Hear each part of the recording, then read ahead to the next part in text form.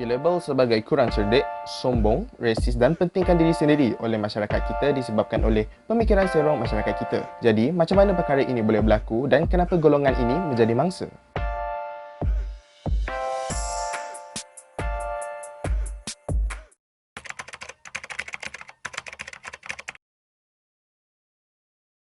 Bismillahirrahmanirrahim. Assalamualaikum warahmatullahi wabarakatuh. Seperti yang kita ketahui, sekolah boleh dirujuk sebagai tempat yang berfungsi untuk memberi pendidikan kepada pelajar yang merujuk kepada sesiapa yang belajar di situ. Secara amnya, sekolah merupakan tempat untuk kita menuntut ilmu dan sebenarnya isu yang berkaitan dengan sekolah bukannya sesuatu yang asing pun. Namun, jika diperhalusi, isu yang berkaitan dengan sekolah selalunya dikaitkan dengan sekolah vernakular. Sekolah vernakular boleh merujuk kepada sekolah yang menggunakan bahasa ibunda dalam pelaksanaan proses pengajaran dan pembelajaran atau dikenali sebagai BDP. Sekolah vernakular ini terbagi kepada tiga, iaitu sekolah Melayu, sekolah Cina dan sekolah Tamil. Dan menurut Kerajaan Akbar, ada pihak yang menyatakan bahawa sekolah vernakular ini boleh mendatangkan kesan negatif disebabkan ideologi yang berbeza yang menyebabkan perpecahan antara kaum. Dan ada pihak lain juga menyatakan bahawa sekolah vernakular ini membawa kesan yang positif yang menunjukkan identiti, keunikan dan kepelbagaian etnik di negara kita. Jadi, untuk mendalami lebih lanjut tentang topik ini, kumpulan kami telah bahagikan topik ini kepada beberapa bahagian, iaitu isu semasa, kebaikan, keburukan dan kesimpulan topik ini. Assalamualaikum dan salam sejahtera. Terdapat pelbagai persepsi masyarakat terhadap sekolah vernacular, sama ada baik maupun buruk.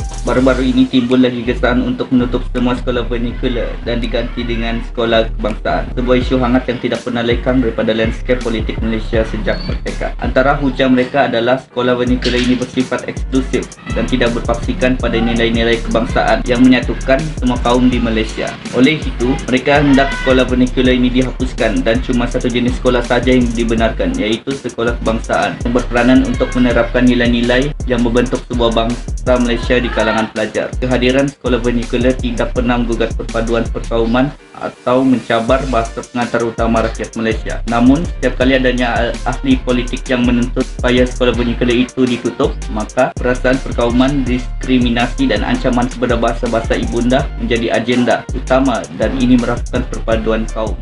Seperti yang kita ketahui, sekolah vernacular telah pun banyak dibuka di negara kita kerana ia juga memberikan kebaikan kepada para pelajar. Antara kebaikannya ialah pelajar-pelajar mendapat peluang dalam menguasai bahasa lain.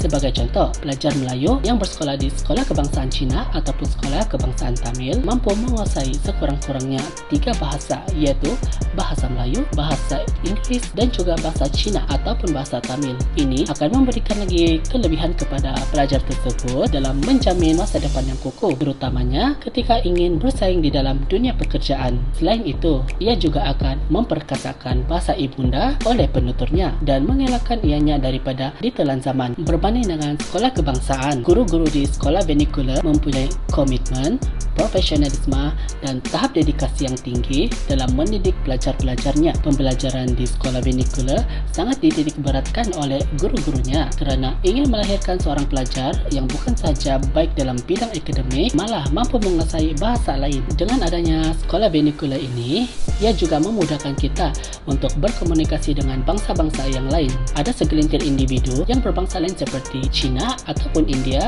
yang masih kurang fasih dalam penggunaan ataupun pertuturan dalam bahasa Melayu berbanding dengan pertuturan bahasa ibunda mereka sendiri. Oleh itu, ada baiknya kita menguasai bahasa lain agar memudahkan kita melakukan pergaulan terhadap individu yang berbangsa lain dengan menggunakan bahasa ibunda mereka. Perkara ini sudah pasti mampu untuk kita mengatasi berlakunya perselisihan faham dalam pertuturan. Malah ia juga mampu mengeratkan hubungan silaturahim antara satu dengan yang lain.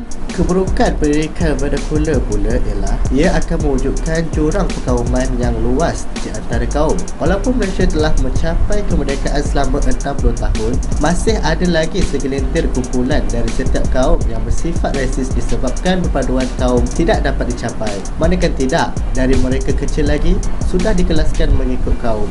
Malah ada juga segelintir individu yang masih tidak fasih berbahasa kebangsaan walaupun telah mencapai umur dewasa. Hal ini disebabkan penggunaan bahasa ibunda yang berbeza-beza di sekolah masing-masing, manakala bahasa kebangsaan disisihkan. setiap kaum selesa bergaul dalam bahasa ibunya masing-masing yang menyebabkan timbulnya rasa kekok apabila bergaul dengan kaum lain kerana terpaksa bertutur dalam bahasa lain. Bahasa yang berbeza ini jugalah kadang-kadang menimbulkan syak wasangka di antara kaum sehingga pergaduhan. Sudah terang lagi bersuluh bahawa sekolah vernacular mempunyai kebaikan dan keburukannya tersendiri. Namun kita haruslah ingat bahawa kita perlu mempunyai sikap yang cakna terhadap perkara sebegini kerana ia dikuatiri boleh membawa kepada perpecahan antara sesama kaum dalam masyarakat Malaysia. Jika perpaduan dapat dipupuk, maka impian negara untuk mencapai kawasan kemakmuran bersama 2030 dapat direalisasikan dengan mudah, di samping memastikan Malaysia dapat duduk sama rendah dari sama tinggi dengan negara-negara gegasi di pesada dunia. Sekian, terima kasih.